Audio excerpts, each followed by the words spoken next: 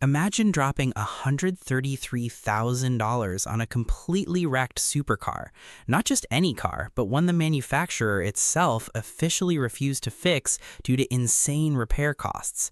That's precisely what YouTube creator Matt Armstrong did when he decided to risk it all on one of the most complex hybrid supercars on the planet, a 2023 Ferrari 296 GTB.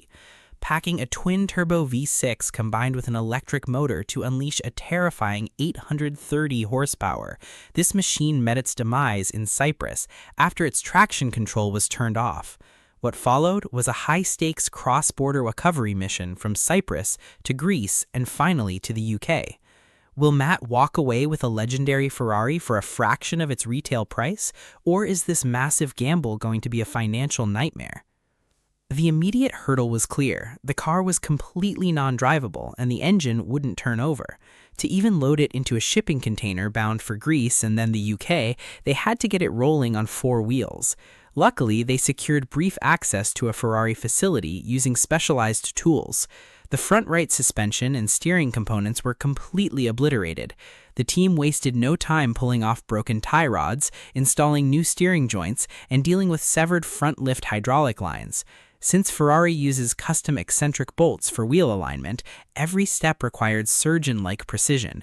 They rebuilt the front strut, pressed the old bushing into a replacement unit, and bolted on a dirt-cheap $60 used wheel just to get the car moving onto the trailer. With the Ferrari finally sitting on all four wheels, it was time to hook up the battery and see if the dash would wake up. But the enthusiasm was short-lived. The screens glitched out and the hybrid system threw critical error codes. The culprit? The factory pyro fuse had blown during the impact, completely severing the main high-voltage circuit to prevent fires. Diagnostic tools couldn't even register the vehicle. It was completely dead to the onboard computers. To make matters worse, the electronic parking brake was locked solid, forcing the team to manually unbolt the electric brake actuator just to free the rear wheels. It became obvious the car wouldn't talk to the computer until every single safety sensor and lighting module was fully reinstalled, leaving them with. To fix the breached floorboard, Matt sourced a brand new original composite panel made of an aluminum, plastic, and fiberglass weave designed to resist corrosion. The challenge was matching the factory installation, which relied on dozens of heavy-duty metal rivets. Matt sliced away the destroyed section, used an air punch and chisel to drill out the stubborn steel rivets, and carefully slid the replacement panel beneath the structural reinforcement bars. After drilling matching holes through the original chassis points, they secured it with fresh, short rivets. To top it off, the panel was color-matched and sealed with heavy seam sealer to ensure a 100% watertight finish, mimicking the factory assembly line as closely as possible. Section 5. Open heart surgery on a hybrid beast. Reaching the bent structural frame in the rear required a drastic, nerve-wracking procedure, dropping the entire engine, gearbox, and hybrid drivetrain out of the car. This marked what is likely the first time a 296 GTB engine was pulled in a private garage. They disconnected complex cooling lines, high-pressure fuel supply tubes, and the bright orange high-voltage cables linked to the 130-pound, 60-kilogram hybrid battery tucked behind the seats. After pulling the main green safety disconnect plug to neutralize the high-voltage system, the powertrain and battery were lowered onto subframe carts.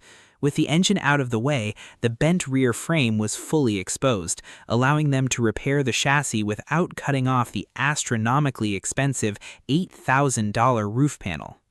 Section 6. Frame repair and restoring the cabin.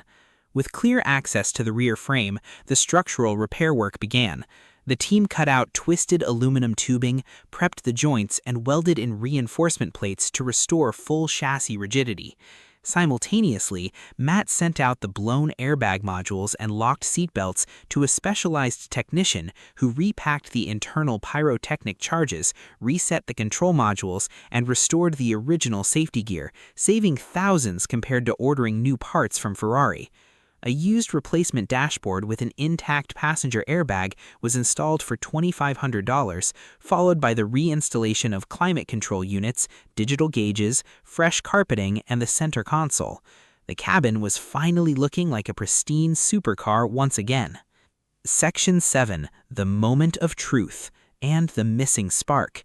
After remating the engine, subframe, gearbox, and high-voltage battery back into the chassis, every coolant line and wiring harness was carefully routed and plugged back in. The high-voltage pack was hooked up to a charger, and to everyone's relief, the blue charging light illuminated. They reattached the doors, bumpers, and headlights to close the security loop and hit the engine start button. The digital dashboard burst into full color, and electrical power flooded through the cabin, but the celebration was cut short. A persistent hybrid battery ECU error prevented the twin-turbo V6 from actually turning over. The team isolated an internal control chip inside the battery pack to send off for deep diagnostic testing. The hardware is fixed, but the software battle is just beginning. Will this Ferrari ever roar back to life, or is it destined to remain a $133,000 paperweight?